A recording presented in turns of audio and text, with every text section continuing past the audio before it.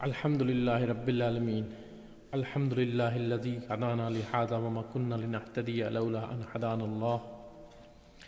As-salatu was-salam ala Sayyidina wa Nabiyyina wa Habibina wa Moulana Qaseem Mustafa Muhammad. Allahumma salli ala Muhammad wa ala ahli baytihi at-tayyibin at-tahirin al-masumin. Rabbi shrah li sadri wa yassir li amri wahlul uqdatan min lisani yafqahu qawli. Qala Allah ta'ala fil kitabihil kareem wa qawluhul haqq. Bismillahir rahmanir rahim.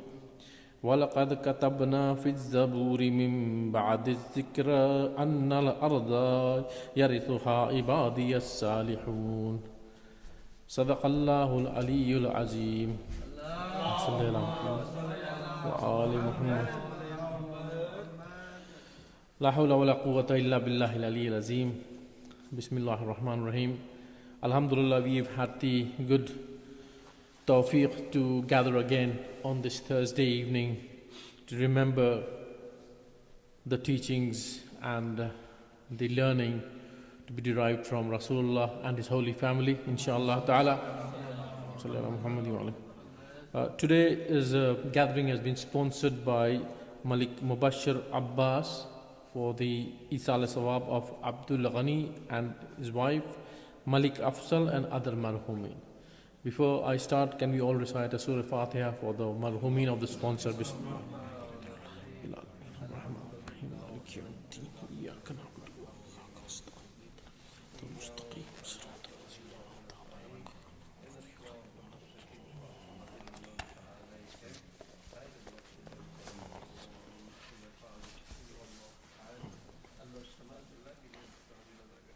So my dear brothers and listeners and viewers on YouTube, past couple of weeks I have started a topic on the understanding of the concept and the arrival and the portents of arrival of Imam Mahdi Salamullah alayhi.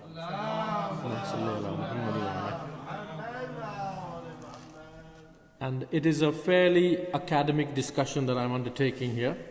So I want your undivided attention to what I say, please. Because you will say that, it's a majlis of Shab Jummah, where's the fadail? My understanding is that there's no greater fadail than understanding the teachings of Ali Muhammad and about Ali Muhammad, gaining the marifat of Ali Muhammad. So it's a different style, obviously, which you are used to from ages gone by when you were young people. You're not young anymore, we are mashallah still young, but you are used to a certain style. But see if you can gain something from this. So last week I put some attention and some light on the fact that there was no doubt on the concept of the Mahdi between Shia, Sunni, Deobandi, Bareli, any kind of Muslim, any denomination you want to add on a Muslim. They knew, and this is not about just the public we are talking about the high scholars as well. There was no dispute on the fact that there will be a Mahdi who will be from the children of Fatima Salamullah alayhi, Allahumma salli ala Muhammad wa ala Muhammad. And he will come towards the end of time and sort this world and rid this of injustice and put justice as the core principle of governance. Now, today I want to bring to light something which is now we see very common. It seems like as if it's only the Shia of Ali ibn Abi Talib alayhi salam who believe in the Mahdi, the concept of Mahdi and the imamat of Imam Muhammad al-Mahdi salamullah alayhi. Allahumma salli ala Muhammad wa ala Muhammad. And nobody else has any idea about who this is. What is this we are talking about? But that is not right. Till the 8th century after Hijrah, 8th century after Hijrah, in the Common Era calendar, till the 14th century of the Common Era calendar, there was no dispute on the concept of Mahdi. There might have been discussions on who it is going to be, when is he here or is he not there, is he going to come, who is he, all that stuff. But there was no dispute on the fact that there is a Mahdi, like I mentioned to you last week. However, in the 8th century after Hijrah, the first person to cast doubt on the concept of the Mahdi was the Tunisian polymath by the name of Abdul Rahman ibn Muhammad ibn Khaldun. Have you heard of him? When I say the last couple of names, you have heard of him. Ibn Khaldun, very famous name. Now, a polymath, a definition of a polymath is that he's an expert in quite a few disciplines. He was an expert in history, in the philosophy of history, in sociology. All these things he was an expert on, in economics as well. But what he was not a muhaddith. He was not a scholar of hadith. So what he did, he wrote a book of history on his own, because he did not agree with the past historians that had gone through of the world. In Islamic history we are talking about. He did not agree with their methods. He did not agree that they were rational. There was no way of measuring their intellectual authority on how they came about these, whatever they have narrated in the history books. So he decided to write a book on history. I'm going to give you the name. Please pay attention to this name. It was called Kitabul Ahbar wa Diwanul Mubtada wa Ikhbar fi Ayyam al-Arab wal Ajam wal Barbar. I'm not reading from his book. This is the name of the book. So for brevity, we'll say Kitabul Ahbar, so that you know. However, he wrote a muqaddamah of this book. And that muqaddamah is very interesting, and it's been translated into English.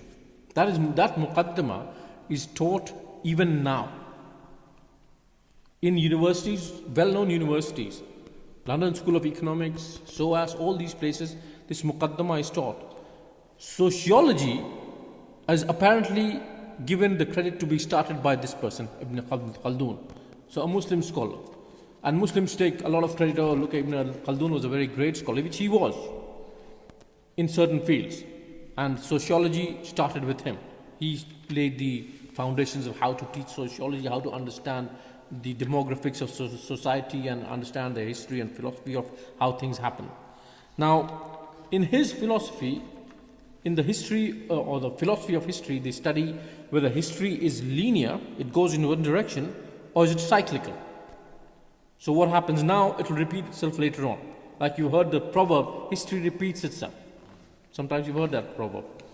So this is what he studies and he talks about. So this muqaddamah is very interesting, and in which he lays a lot of claims. And he criticizes all the past historians about it in this muqaddamah and in his book as well.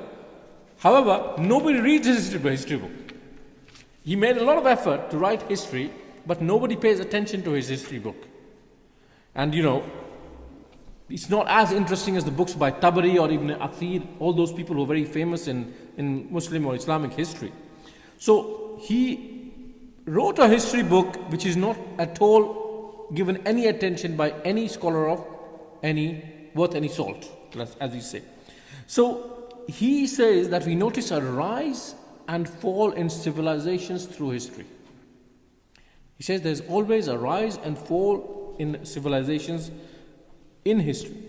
And this has been written in detail by more modern scholars, like in the UK, a very well-known historian by the name of Arnold Toynbee, if you've heard about him. And this was done in the 19th and 20th century. But a person in the 14th century of the Common Era calendar comes in and talks about the rise and fall of civilizations in history. It was a very strange thing and way ahead of his time. That is why it's now taught even now, his books. So that was something that was way ahead of his time, but he decided to create a theory based on which he put through all kinds of belief systems that existed amongst Muslims. If it worked out, then he agreed with that belief system. If it did not work out, if it did not coincide with his theory, then he said that this belief is false. There's no solidity in this belief. This theory is called the theory of Asabiya. Have you heard the term Asabiya? Everybody? Nobody has heard the term Asabiya. Asabiya means solidarity. Solidarity samajhte? Solidarity means togetherness. To be together. His idea of Asabiya was about social cohesion, social togetherness. But in those times it was about tribal cohesion. how tribes used to be together. That was his theory of Asabiya. And he focused on the tribalism of the Arabs. And he explained why civilizations came to their peak and then they started to decline. And he says that it is because of tribal solidarity, due to which a group of Bedouins from Hijaz can go around and defeat an empire like the Persian Empire or the Egyptian Empire or the Roman Empire. Mainly because they had such strong solidarity.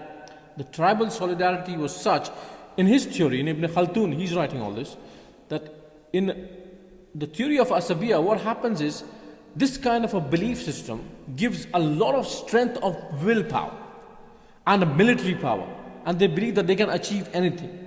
And they will go ahead and fight the civilization which is showing some weakness, and they will overthrow that civilization. So that is what he said happened with Persian civilization, which was at its peak, and then it went to decline, and these people took over. Similarly with Egypt and with Rome, a group of solid, close together knit people can take over another civilization which apparently would seem at its peak. Now what happens?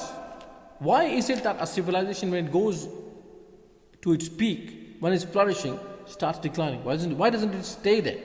This is based on Ibn Khaldun's theory. There's a reason why I'm giving this background. It's a muqaddimah on his muqaddimah I'm giving. So please pay attention. So he says that when there is asabiya, when there is togetherness, when there is tribal solidarity, they're all aligned to one cause. They all have simple needs and they all have the same common goal. They don't believe in luxuries and anything like that. However, when they gain power and they reach a certain flourishing state, then they try to get people from outside with knowledge, different kinds of subjects, different kinds of people with knowledge, and they indulge in art and luxuries of life, and that's when corrosion of their solidarity happens from inside. And another group with even stronger solidarity or stronger asabiya from them can come from outside and overthrow them. And that is what happens, why civilizations fall. So he uses this as the reason why, this theory of Muslims about the concept of Mahdi is not going to work. Remember, he's writing this in the 8th century after Hijrah. Just keep that in mind. In the 14th century in the Common Era calendar. And he shows examples of how the Bedouins defeated the Persians and the Egyptians and the Romans and all that. So he writes, and pay attention to his words, he writes that it is famously held among Muslims that at the end of the times necessarily appears a man from the Holy Family who will support the faith and establish justice. The Muslims will follow him and he will conquer all Muslim territories. He is called Mahdi. The rise of Dajjal and other portents will all appear around the time of his reappearance. Jesus will descend after him and kill Dajjal, or will help him in killing Dajjal and will pray behind the Mahdi. This is what Ibn Khaldun says about the belief of Muslims. Not Shia, not Sunni, Muslims. General, total, okay? So, obviously this belief was strong that there will be a Mahdi who will come and sort this out. And he's saying that this is the belief generally held by Muslims. So, Ibn Khaldun brings about 27 narrations and examines their chain of narration. And he rejects them all after examining the chain of narrations, saying that all these narrations are weak. Not all, some of them might have some health in them. In the discipline of hadith, if you have even a weak hadith, you still pay attention to it. Ilmul Rijal. And if you have some hadith with some health in it, some strength in it, you pay even more attention to it. So, but he was not a muhaddith. So he did not know what to do with this. He rejected each and every one of them. He says that rationally and intellectually he cannot accept it. Now I'll tell you why. This is because of the fact that the Mahdi is from the Holy Family. So the belief of the Muslims is that he is from the Holy Family. And this does not tally with his theory of Asabiyya. So basically it is like tafsir ul-rai, where you have a certain idea which you want the Quran to agree to it. You want the Quran to agree to your idea, not that you see whether my idea sits with the Quran well or not. So you have an idea and you want to corroborate that idea with the help of something else. So he said that, his theory of Asabiya is not in accordance, or the idea of the Mahdi is not in accordance with his theory of Asabiya, so it cannot be correct. Now he also discusses in his book Imam Hussein and the killers of Imam Hussein alayhi salam. He says Imam Hussein alayhi salam made a grave mistake by rising against the political establishment at that time. Now he is not saying that Imam Hussein was wrong or he was not a good person or not. He is very clear and vehement of the fact that the Umayyad ruler at that time was a horrible person. And Imam Hussein alayhi salam was a great person with a great family lineage. That's not in doubt. But he says that Imam Hussein alayhi salam stood up to achieve something politically which was not possible. And the first thing we have to analyze is, did Imam Hussein alayhi salam actually rise up to achieve something politically? That's what you are saying.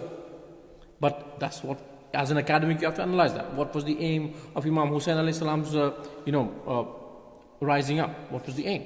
But you have a certain belief system, so which is your aqidah, and that tells you that, Imam Hussein alayhi salam's whole mission was the revival of Islam and getting rid of, making sure that Islam stays intact as it is meant to be. So which is why he rose up against a tyrant of his time. So he says, Ibn Khaldun now says, that Imam Hussein's efforts to rise up was about getting political sovereignty by overthrowing this wicked ruler.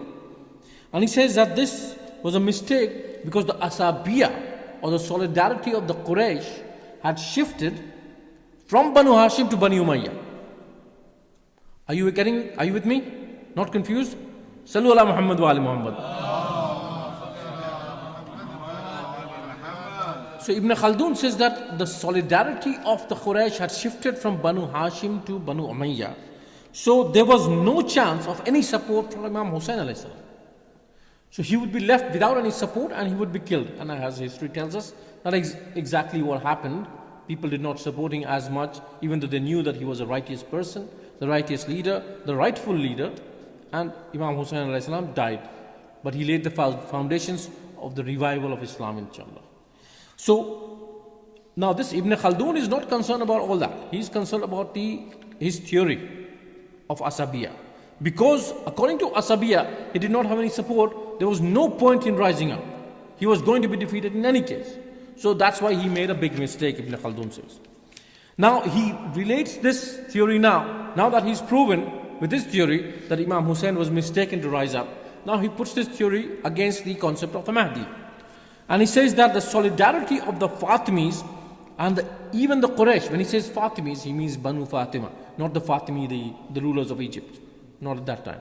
So he says that the solidarity of the Fatimis and even of the Quraysh, the greater tribe, was fully destroyed in the 8th century after Hijrah, during his time. It was totally destroyed. There was no solidarity amongst the Quraysh. Now it was the Abbasids who were there, right? So other nations had risen up with greater solidarity. So it is impossible. He says it's impossible for a descendant of Fatima salamullah alayhi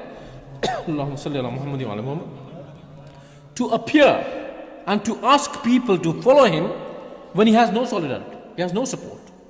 And hence, this does not tally with his theory of Asabiya. His theory of Asabiya is about support, right? Tribal cohesion. So he says that it does not tally up. If he rises up and he asks people to follow him, nobody's going to follow him because he has no support. Because the Banu Hashim are not there, there's no support. Banu Fatima has no support. And even the Quraysh are pretty much dead and finished. Nobody from there is going to be there. And he says that there are only some pockets in Medina, in Makkah, in Yanbu, in the Hijaz area, where some of the Bani Hassan and the Bani Hussein and Bani Jafar are there. And even they are not united amongst each other. They are all disjointed. So with little or no solidarity, if a person who claims to be Mahdi rises up amongst from these people, it is doomed for failure. He says it is doomed for failure because his theory says unless and until you have support from the tribe which is strong, you cannot win a battle. You cannot establish yourself.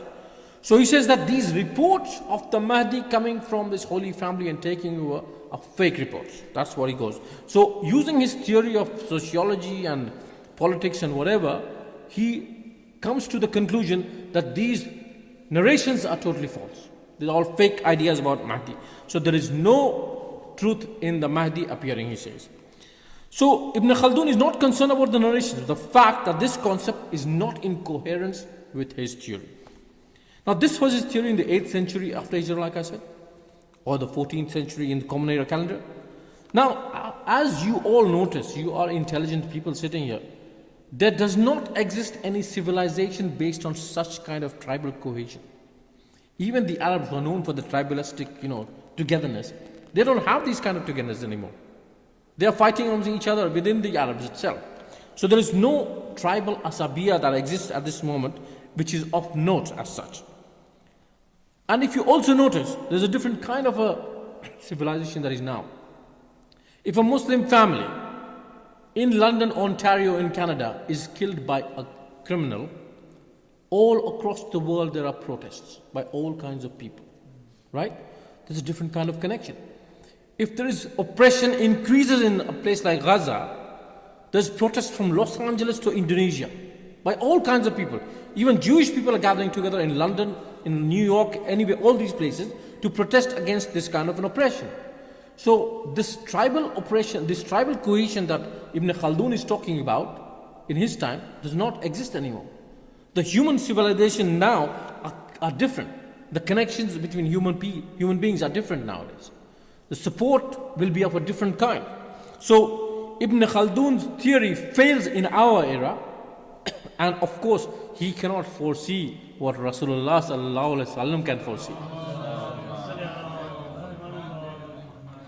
And that type of attachment is not important when Imam Mahdi alayhi salam comes, let's say tomorrow. Tomorrow is a Friday, right? Inshallah. If he comes tomorrow, for example, it is not important that you need tribal asabiya. Only the Bani Fatimiyun will support this Mahdi. People from all over the world of all kinds will start supporting him. The righteous people who have marifah. So this was a huge mistake by a very big scholar. Remember, the bigger the scholar, if he slips, he falls down harder. So हमें मायूस होने की ज़रूरत नहीं इन तरह के जो scholars आके अपना एक कंक्लूजन निकाल जाते हैं. हमें मायूस होने की ज़रूरत नहीं. सबकी सुनना है ये क्यों बोल रहे हैं, क्या बोल रहे हैं, किस बेसिस पर यह है. इन लोगों के होने की वजह से कुछ और ऐसे सो कॉल्ड आलिम आए जिन्होंने बहुत बढ़ावा दिया इसको और इसको ये टर्न अराउंड कर दिया कि ये शियों का है काम. अपना ईमान खो जाते हैं शियों से दुश्मनी की वजह से. उनके खुद के आलिम मुजद्दिद, जिनको वो मुजद्दिद खुद मानते हैं, वो कह रहे हैं कि नहीं, मेहदी का कॉन्सेप्ट सब में है, सारों में है और ये जरूरियात दीन में है. अगर आप दीन में ये नहीं मानते हैं कि मेहदी आएंगे आखिरी वक्त पे, तो आपको जो है लाजमी है कत्ल करना, अनलेस एंड अनटिल कि आप जो है तौबा करें. तो हमें इनसे मायूस होने की जरूरत नहीं है. और इस तरह के चीज़ें तो होती रही हैं, हमेशा होती रही हैं. इंशाअल्लाह ये लगता है कि होती ही रहेंगी जब तक इमाम आ नहीं जाते. तो मेरा ये नज़रिया एक नज़र डालना था, इतने जो थोड़ा टाइम था इस पर नज़र डालना था कि डाउट्स कहाँ से शुरू हुए. और आज ये देखने को मिलता है कि ये शिया सुन्नी का इशू बन गया. ये शिया सुन्नी का इशू है नहीं, कुछ लोगों की गैर जिम्मेदाराना कंक्लूजन्स की वजह से ये सब जो है तफरका बढ़ गया. आप देख रहे हैं जब तफरका बनता है ना तो एक पॉइंट से शुरू होता है. अगर आप देखें मेरे 2 उंगलियों को, तो ये पॉइंट है, अगर मैं जितना भी जोड़ूं इसको, टाइम गुजरता रहेगा तो यहां आते आते फर्क बहुत बढ़ गया. ऐसे भी हो सकता है और फर्क बढ़ जाए. तो तफरका पैदा करने वालों को समझना है और उसके बाद हमें इन चीज़ों को दूर करने के लिए इन चीज़ों का इल्म भी चाहिए. You need to know the opponents as well to further your own cause, कि हम जाने अपने बारे में भी और जो गैरों ने लिखा उसके बारे में जाने, तभी तो हम बात कर पाएंगे. तो एक जुमला सिर्फ मसाहिब के कि जब इमाम अली अलैहिस्सलाम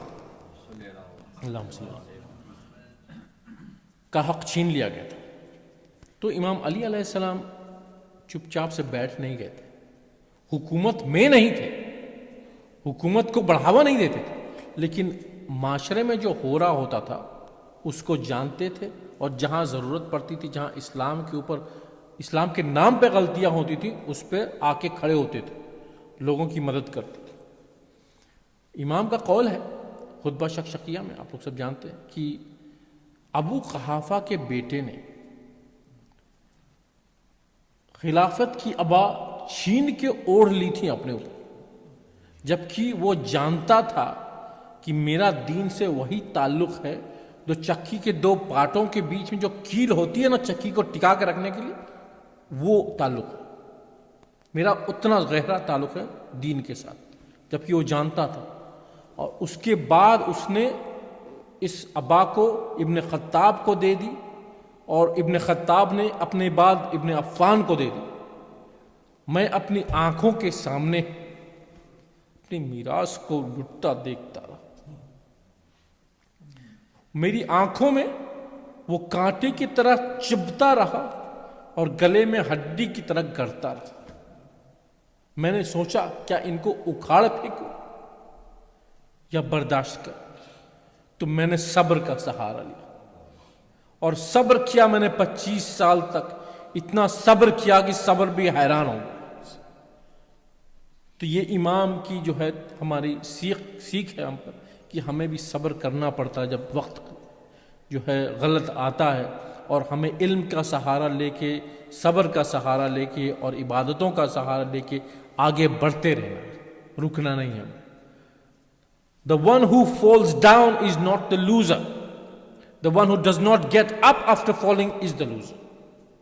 تو ہمیں ہر بار ہم کم ہو تعداد سے کوئی مطلب نہیں ہوتا، ہمارا ایمان کتنا پختہ ہے اس پہ ڈیپینڈ کرتا ہے۔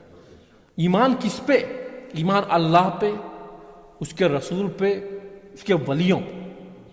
اور ایمان جو ہے تھیوری میں نہیں کہ ہم بیٹھے ہیں یہاں پہ سن رہے ہیں، ہر آدمی جو ہے مان رہا ہے اس بات، لیکن اپنی زندگی میں کرنا پڑتا ہے۔ اس پاتھ کو چلنے میں کانٹے آتے ہیں، اس پاتھ پہ چلنا پڑتا ہے۔ اللہ تعالی ہمیں توفیق عطا فرمائے کہ ہم ایمان کو اپنی زندگیوں میں لاگو کر سکیں اور اس پہ چل سکیں۔ جو بھی ہم سے کوتاہیاں ہوں یا اللہ اس کو ہمیں معاف فرمائے، ہماری اور ہدایت فرمائے۔ یا اللہ امام زمانہ کی ظہور میں تعجیل فرمائے۔ یا اللہ اس مجلس کی جو بھی اسپانسرز ہیں ان کے مرحومین کی مغفرت فرما، یہاں جتنے بھی حاضرین ہیں جو لوگ سن رہے ہیں سب کے مرحومین کی مغفرت فرما۔ ربنا تقبل منا انک انت السمیع العلیم برحمتک یا ارحم الراحمین۔